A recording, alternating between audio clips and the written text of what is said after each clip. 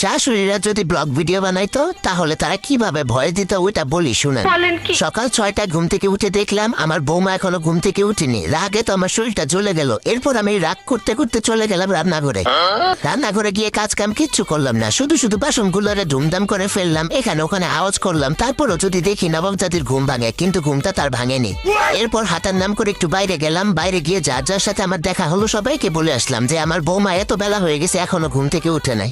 এরপর চলে আসলাম বাড়ি এসে সোজা নিজের ঘরে গেলাম। মনে মনে ভাবলাম একটু ফোন করে সবাইকে জানিয়ে দেই যে আমার বৌমা এখনো ঘুম থেকে উঠেনি। এজন্য প্রথমে ফোন করলাম আমার মেয়েকে। সে ফোনটা ধরলো না, মনে হয় সারাদিন অনেক কাজ করে তো অনেক টায়ার্ড ছিল, এই জন্য এত সকালে ঘুম থেকে উঠতে পারে নাই।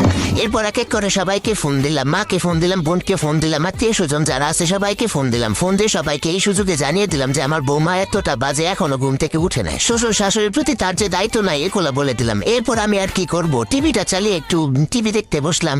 এরপর দেখলাম নবাবের বেটি ঘুম থেকে উঠলো। ঘুম থেকে উঠে আমাকে এক কাপ চা এনে দিল। চাটা খেলাম। চাটা অবশ্য ভালোই হয়েছিল, কিন্তু ভালো তো বলা যাবে না, তাহলে তো নবাবের বেটির আবার তেল বেড়ে যাবে। তারপর তাকে বললাম কি ব্যাপার, বাপের বাড়ি কোনোদিন চা বানায় খাওয়া নয়, মনে হয় পানিটা তো ঠিক মতো ফোটাওই না। এরপর একে একে সে সংসারে সব কাজ শেষ করলো, আমি কোনো কাজই করলাম না। আমি শুধু তার পেছন পেছন ঘুরলাম আর তার কাজের যত খুঁত আছে এগুলো ধরলাম।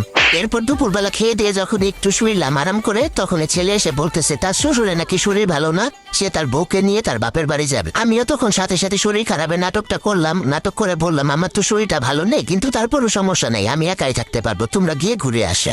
এরপর দেখলাম আমার ছেলে তার বউকে রুমে নিয়ে গিয়ে বলতেছে আমার মায়ের তো শরীরটা অনেক খারাপ, তুমি তাহলে আজকে আর তোমার বাপের বাড়ি যাও না। যাই হোক, এরপর আমি আমার রুমে চলে এসে আবার আমার মেয়েকে